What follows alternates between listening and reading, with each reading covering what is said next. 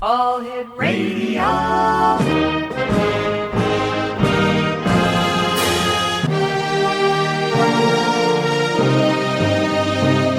Welcome to the X Zone, a place where fact is fiction and fiction is reality. Now, here's your host, Rob McConnell.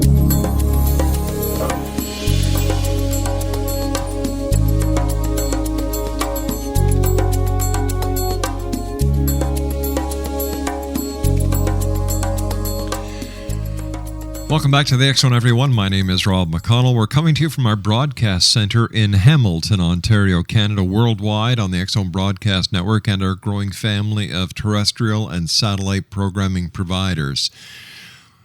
If you'd like to give us a call, 800-610-7035. My email address is xzone@xzoneradiotv.com. On all social media sites, X Zone Radio TV. And our main website, where you can listen to the X Zone 724-365, is www.xzoneradiotv.com. My guest tonight at this hour is Ray Hernandez. He is an experiencer and is currently employed as an estate tax attorney with the IRS, U.S. Department of Treasury. He was previously the director of the Center for a Substantial Urban Environment at the City University of New York and director of the Office Community Environmental Planning for the City of New York. He has attended Rutgers College, Cornell University, and was a PhD candidate at UC Berkeley in the City and Regional Planning. He was also the recipient of a National Science Foundation PhD fellowship, and Ray resides with his family in the beautiful city of Miami, Florida. Now, Ray is with us tonight to talk to us about a new organization that has been formed, X Zone Nation. It's called the Foundation for Research into Extraterrestrial Frontiers. Their website is experiencer.co. And joining me now from Miami is Ray Hernandez. And Ray, welcome to the X Zone. Thank you, Rob. I just want to make a slight correction. It's Foundation for Research into Extraterrestrial Encounters. I'm sorry. And it's free for short. Free for short. What was the idea for the creation of free? Well, the main objective of free is we are a consortium of various organizations and individuals that are taking a totally radical approach to the ET contact phenomenon. We have on board 5 physicists. The most well-known, 2 of the most well-known are Dr. Edgar Mitchell, the 6th man on the moon, the founder of the Institute for Noetic Sciences, and the father of modern consciousness studies. And the other individual is Dr. Rudy Shields, who's an emeritus professor of astrophysics at Harvard University and is still the world's leading expert in black holes. So what our approach at FREE is that instead of viewing the ET contact phenomenon as purely as an abduction phenomenon, that the mainstream media is presenting this phenomenon, we see it as much, much more complex. The approximate 20 individuals in our members of our advisory board and our 10 consultants, we see this phenomenon as having a multi-dimensional reality which can be explained through advanced physics, namely the quantum hologram theory of physics, and one of its derivative, which is consciousness. And we see the aspects of the various paranormal experiences, such as near-death experiences, out-of-body experiences, mystical travel, the shamanic journeys, all of that as interrelated to the ET contact phenomenon, because in each of these different experiences or modalities of contact, individuals have experienced contacts with non-human intelligent beings. And the quantum hologram theory of physics and its derivative explanation of the physics of consciousness help to explain all of the paranormal phenomenon. And as Dr. Rudy Shields explained it, he calls them the modern miracles. So that pretty much is a nutshell of why this organization is differentiated from all the other organizations that are out there, because we are incorporating advanced physics. We actually have 5 physicists in our group. We are incorporating different aspects of the modalities of ET contact, i.e., through the various paranormal phenomenon. All right, Ray. Ray, we've got to take a commercial break. Ray, please stand by. Exonation, Ray Hernandez is our special guest this hour, and we're talking about FREE, Foundation for Research into Extraterrestrial Encounters. And if you'd like to visit their website, is experiencer.co. And Ray Hernandez and I will return on the other side of this 2-minute commercial break as we continue here in the X Zone from our broadcast center in Hamilton, Ontario, Canada. Don't go away.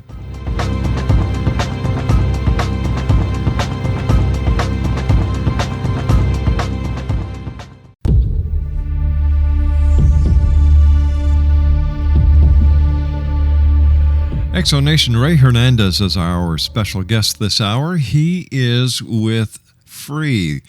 It's an organization that is dedicated to solving the problems, or solving the mystery, I should say, that has plagued this world when it comes to extraterrestrial visitations as well as other aspects of the paranormal. The organization is called FREE, which stands for Foundation for Research into Extraterrestrial Encounters, and their website is experiencer.com. Now, Ray, I understand you're an experiencer. Can you tell us some of your experiences? Well, I'll try to be very brief because I want to focus on FREE. But before March of 2012, I was your typical overeducated atheist, material rationalist.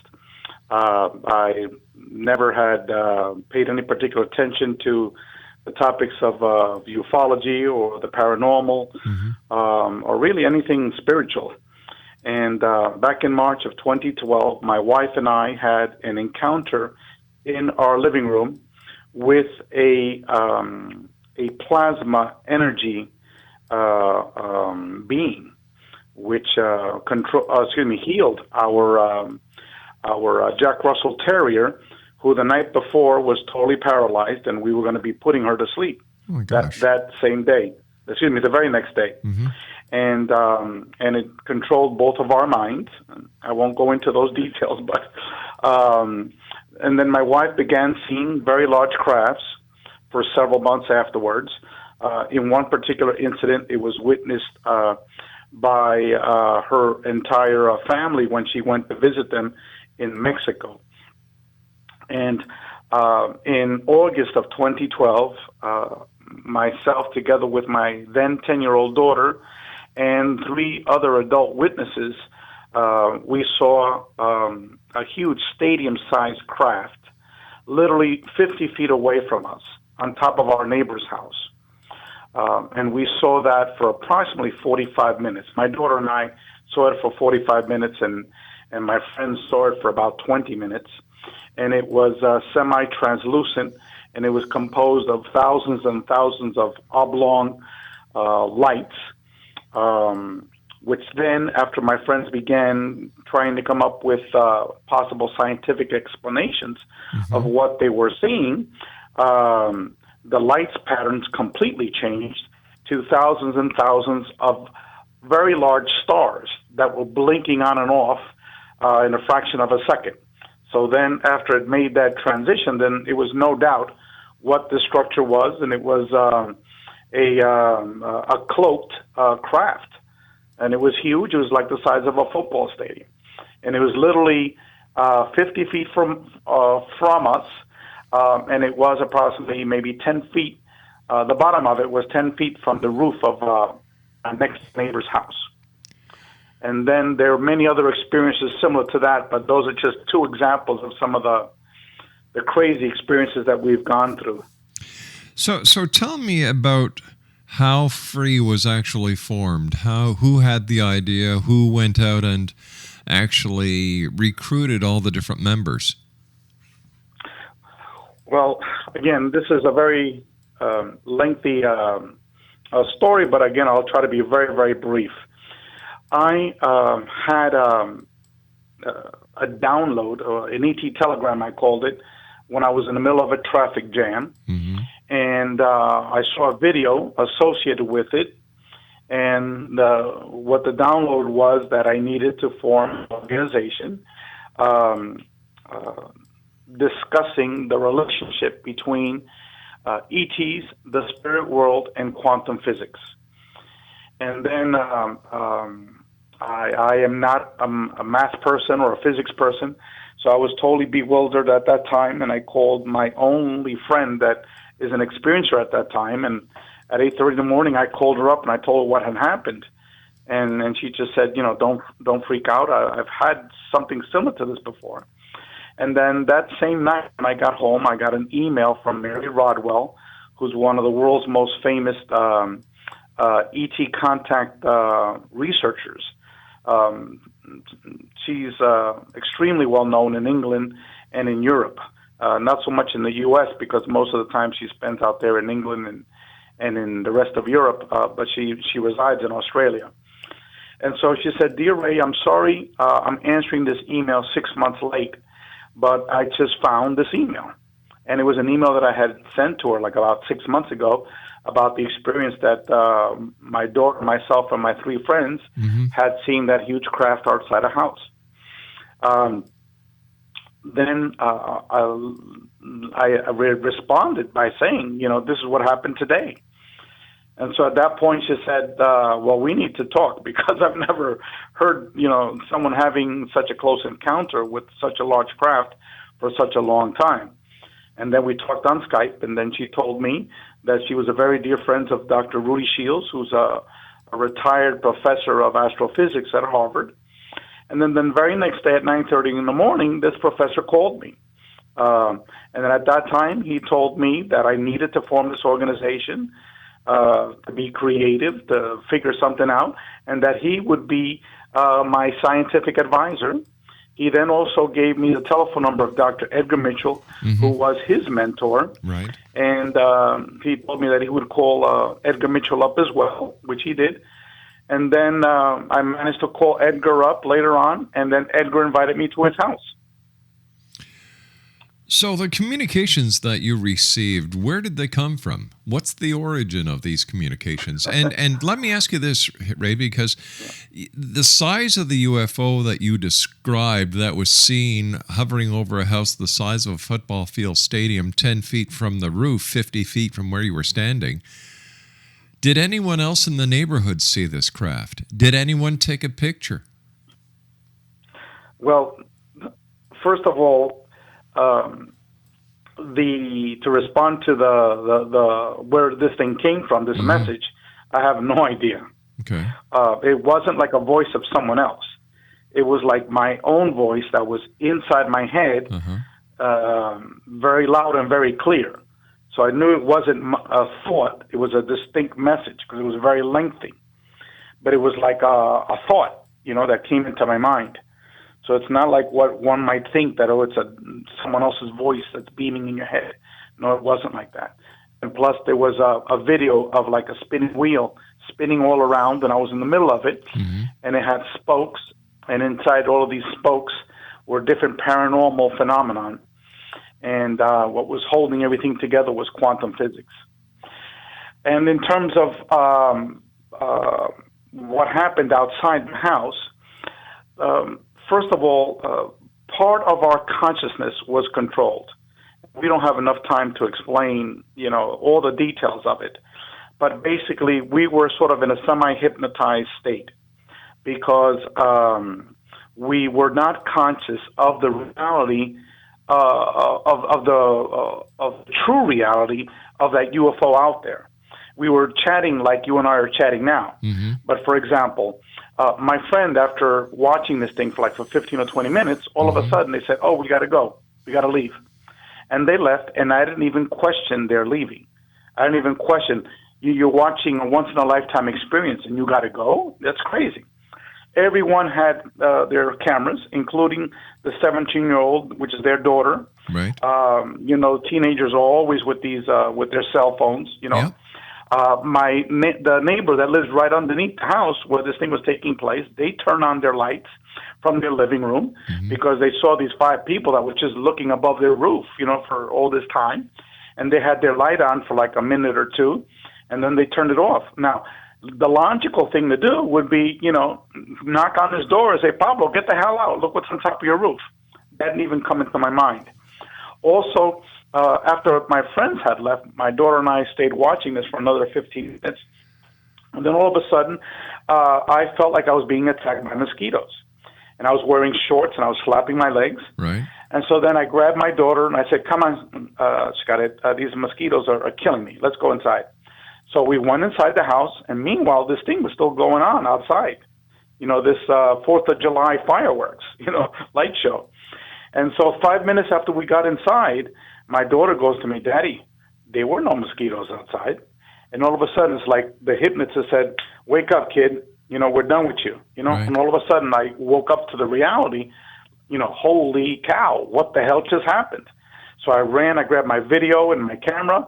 I ran outside. Nothing was there. So that is at least my own explanation. I could only speak for myself of why someone doesn't take a camera, why all these so-called logical scenarios don't play out. Because people don't understand that these entities are so advanced that it can actually capture and manipulate part of your consciousness, part of your thought pattern. Where you're thinking you're having a normal conversation like you and I are having now, but up to a certain line you cannot cross. And that's the line dealing with the rationality of your contact experience. All right, let me ask you this. The sighting, did it take place in the city of Miami? Oh, yes. We live in the city of Miami. We live in a very large cul-de-sac, an upper middle-class neighborhood. And this craft, it appeared at about 9:30 at night. Wow. And we're literally maybe 4 blocks from a major thoroughfare. Did anyone else make any reports of this sighting to newspapers, to air traffic control, or to law enforcement? Well, after that experience happened, I made a report to MUFON because no. That's not what I asked. I said, did anyone else who? No, not that I'm aware of. No. Do you find that strange? Not that I'm aware of. Do you find that strange? No, not at all. Not at all. Because, as I said, it was a totally cloudy night. Yeah. People should have seen it logically. Yeah. But as I said, we're thinking in a rational, scientific way, the way we would normally be thinking of these things. Okay. Back behind us, at that time, there's a 2-lane street on either side. Ray, I've got to take my news break. Please stand by. This is a fascinating story. And when we come back, I just want to finish off with this sighting, and I want to get more into the meat and potatoes of what free is and, what you intend on solving. We'll be back on the other side of this commercial break with the news as we continue here in the X Zone from our broadcast center in Hamilton, Ontario, Canada. For more information on Ray Hernandez and the Foundation for Research into Extraterrestrial Encounters, visit experiencer.co. We'll be back. Don't go away.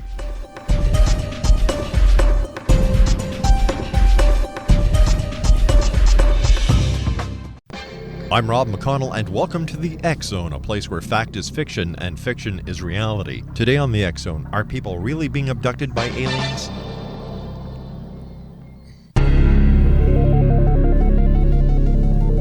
Are people really being abducted by aliens? Well, if you were to ask 9-year-old Ryan from Port Colborne, Ontario, He would show you the marks on his hands and tell you about the night he was teleported from his bedroom into a hovering UFO over his home, and about the experiments the aliens conducted on him. Dr. Roger Lear, a medical doctor in California, has extracted 11 implants from people in Canada and the United States who have only one thing in common. They have all had encounters with UFOs. 70% of all Americans believe they have seen a UFO. 40% of them believe they have been abducted. Maybe E.T. never went home. Join me, Rob McConnell, for another story from the world of the paranormal and the science of parapsychology when next we meet in the X Zone, the place where people dare to believe and dare to be heard.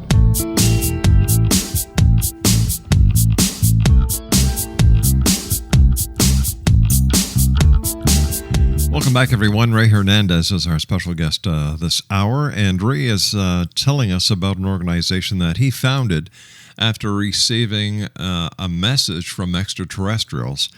The organization that he created with many co-directors is FREE, the Foundation for Research into Extraterrestrial Encounters, and their website is experiencer.co. Tell us more. I love your experience that you were telling us about that happened in downtown, basically in mid-Miami. The fact that there were no reports to the media, there were no reports to law enforcement, air traffic control. You did make a report to MUFON. Nobody took pictures. These are all very interesting aspects to the story. But I'd like to get back to the meat and potatoes of what we're talking about, Ray, and that's FREE. So what would you like to tell the listening audience of the X Zone about the organization that you created, the Foundation for the Foundation for Research into Extraterrestrial Encounters? Okay. Actually, there are various co-founders. I already mentioned Dr. Edgar Mitchell and Dr. Rudy Shields. Another one is Mary Rodwell from Australia and Christina Knowles from Boston. But some of our members of our advisory board are Whitley Strieber. We have Barbara Lamb. We have Dr. John Climo, who, in my opinion, is the world's leading academic authority on parapsychology. We have Dr. Leo Sprinkle, who's also a retired PhD psychologist, and he's the pioneer of alien abduction and alien contact experiences. And then we have, in total, 5 physicists in our group. We have a research DNA specialist from Australia, Giles Campbell. We have 3 other professors in our group, and we have 5 PhD psychologists and several other experiencers.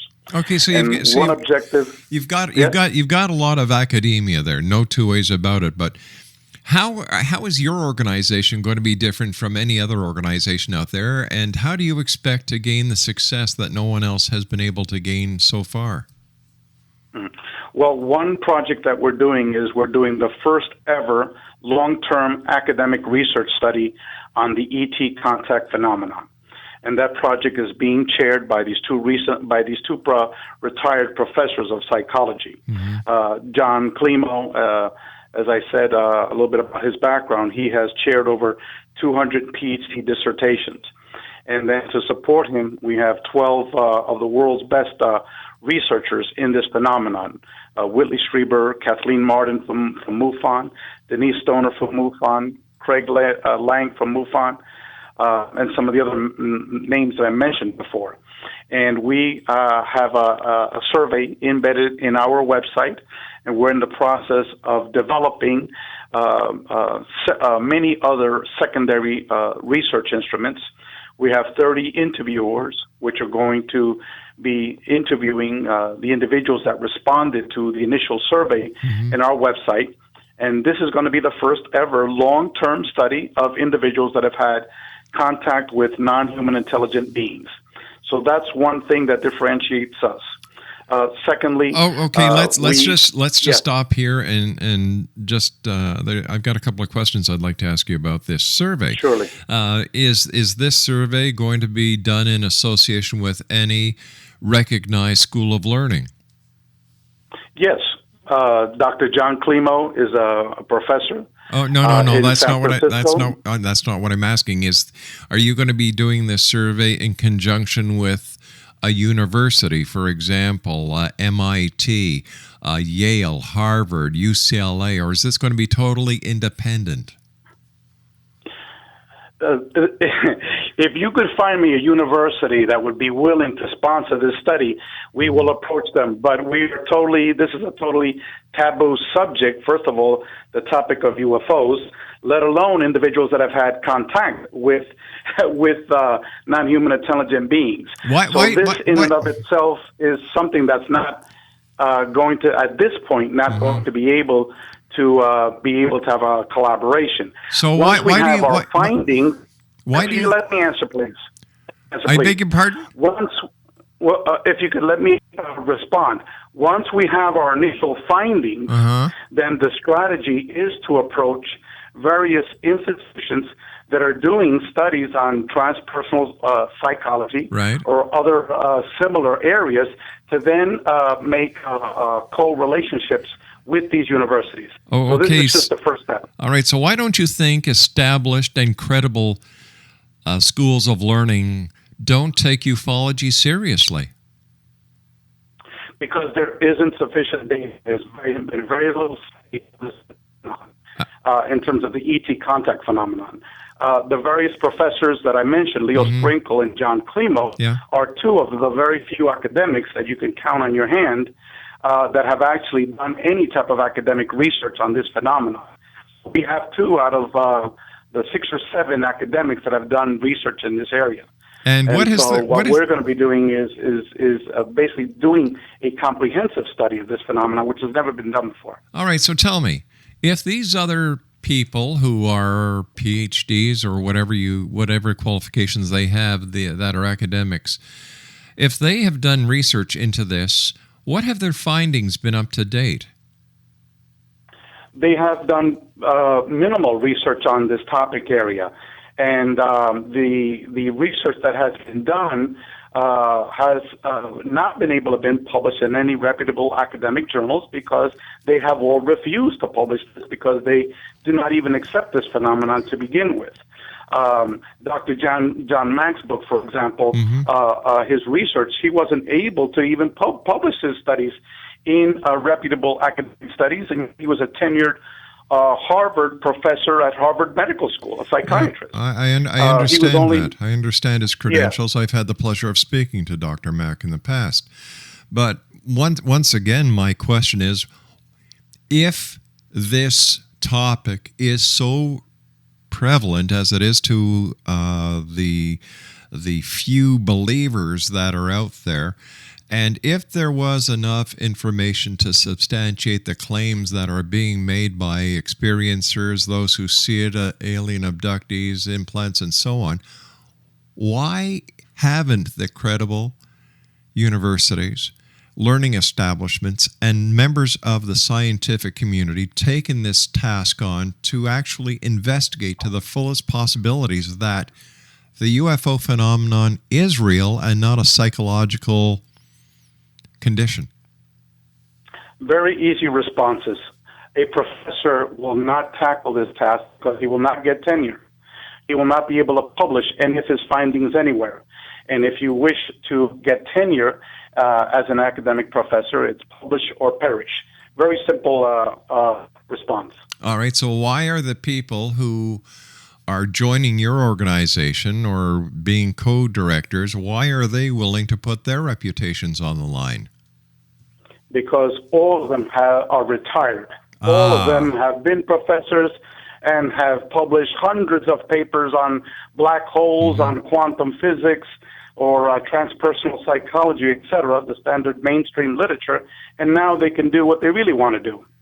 Is anybody going to worry about being tenured or not? All right, so the fact that they're retired and they can publish what they want now, are people, their peers, going to take them seriously when they publish anything? Well, as I said earlier, nothing has been published in this area.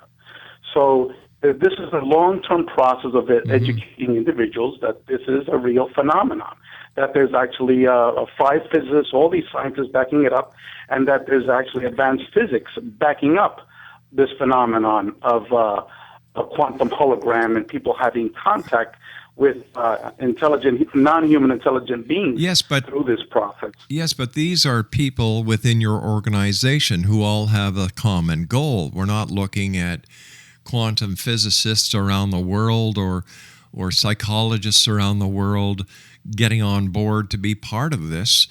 Or, because what I see is happening here, you've got a group of dedicated believers, dedicated experiencers who are going to do their very best within an organization to supply their colleagues who refused to do anything in this field the possibility of coming up with some explanations, hoping to get recognition and solving a phenomenon. So what is your question, Rob? That was a statement. It wasn't a question. Yes. Okay. So, yes. So basically, it's from what I understand are you doing the same thing that MUFON is doing? Oh, no. We're working with experiencers. We're doing, as I said earlier, a scientific long-term study of the experiencer contact phenomenon, which is a study that's never been done before. Okay. MUFON does not work with experiencers, and they certainly do not research the experiencer phenomenon. So that clearly distinguishes us from MUFON. I see. And in terms of changing the perception of other academics, which is the statement that you had stated earlier, obviously this is a long-term process because this is the ultimate taboo in our society, that there are UFOs out here, and even more of a taboo is that individuals are interacting with these intelligent beings associated with these UFOs. Yeah. What evidence do you have, or does your organization have, or do any of the members of your organization have that UFOs are real? Well, we have enough evidence to put you in the death chair here in Florida if the 5 people that saw that UFO testify against you if you committed a crime here in Florida. So that's one clear factor. This is all evidence of their testimony of these individuals. And what I stated earlier is that the people do not understand the complexities of this phenomenon. As I said, these entities are able to tap right into your brain, know exactly what you're thinking, able to control part of your consciousness, and I could only explain for myself and what I've heard from others. But in my case, the issues of a camera, the issues of thinking logically, are not subjects that come up when you're interacting with these beings. And that's something that a lot of people don't know about. Well, after listening to your story about the size of this craft hovering over a house in Miami, it was transparent. So how do you know it was there if you didn't see it? No, I didn't say I didn't see it. So, we all saw it. Okay, so how can you see pictures of it? How can you see something that's transparent? That makes no sense. No, it was semi-transparent. I said it was made up of thousands and thousands of oblong streaks of light initially, which then transitioned to thousands and thousands of stars that were approximately 10 times the size of Venus. So it was clearly visible from at least 5 or 10 blocks on the periphery of where we were. Wow. Now, but what it wasn't a solid object like an airplane right in front of you. Okay.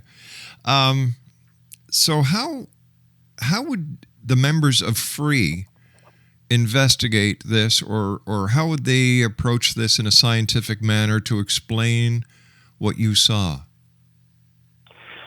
FREE was not set up to duplicate what MUFON is doing. We're not here to investigate UFOs, whether they're valid or not. We're just here to document the testimony that individuals are stating that have had contact with non-human intelligent beings. We're here to document that in a long-term academic study for the first time ever. We're not here to explain scientifically what people are seeing. We're totally different objectives. So why do you have all these scientists and academia as part of your organization if you're not going to explain the phenomenon? We are explaining the phenomenon.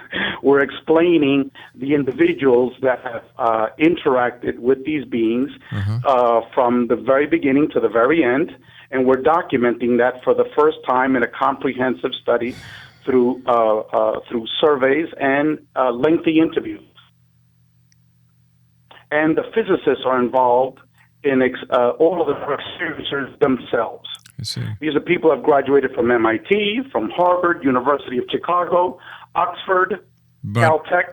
But if I'm they're all experiencers, and these are individuals that have had their own phenomenon. They're certainly not crazy or nuts, and they're here to explain the physics of why this is interacting. All right, stand by. We've got to take our final break. Exo Nation, Ray Hernandez is our guest, and we'll be back on the other side of this break as we continue here in the X Zone from our broadcast center in Canada. We'll be back. Don't go away.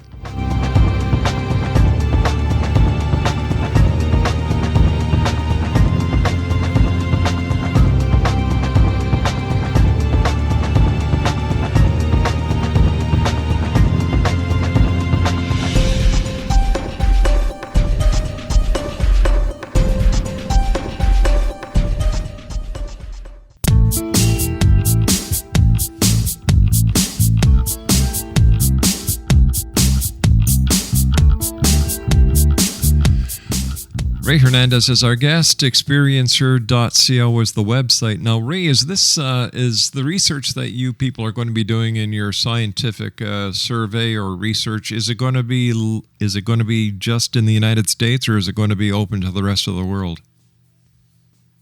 Right now, it's in English. So anyone that's able to communicate in English will be able to take our initial survey instrument, which is embedded in our website. And then we have interviewers, almost all of them are English-speaking. We do have 3 or 4 that are Spanish-speaking individuals. But at this point, the initial survey instrument is not in Spanish. Okay. What type of interviews will you be conducting with these people, and what are the qualifications of those who are doing the interviewing to make sure that the proper information is acquired from your witnesses? No, the proper information is going to be a structured interview. We have various open-ended questions, and then we have various forced choice questions that the interviewee will be taking. So and they will be trained by our 2 professors in terms of the open-ended questions. So it's not like they could just do what the hell they want. It's very specifically structured, this whole process. And we have a series of, right now, of approximately 20 different secondary research questionnaires that they will be conducting. Wow. Are you going to make your information public? Most definitely. Your research, I should say, we public? have the protocols. We have the protocols public on our website. So individuals can scrutinize the methodology right on our website, and not only the findings, but the actual data will be made public. Wow! Now, how long has FREE been in existence?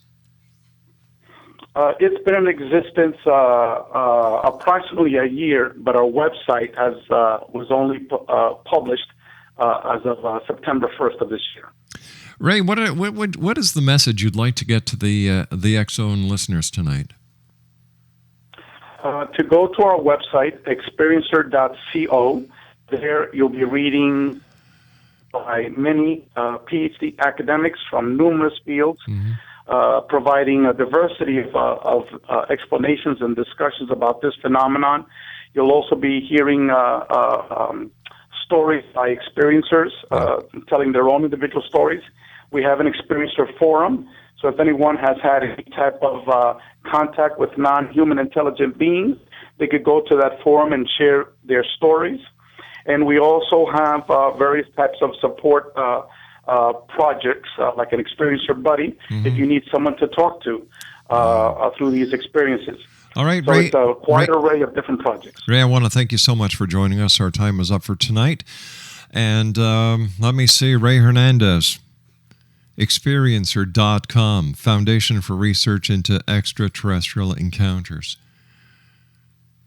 A UFO the size of a football field, made of lights, translucent, over a house, multiple witnesses, four or five witnesses that we know of, no pictures taken, no reports made to any media, law enforcement, or air traffic control. Am I missing something here? Okay. And an organization that has a number of retired professionals. Why they're doing this? Because established academia and the scientific community doesn't want to touch it. Makes you wonder, doesn't it? We'll be back on the other side of this commercial break with the news as we continue right here in the X Zone from our broadcast center in Hamilton, Ontario, Canada. I'll be back. Don't go away.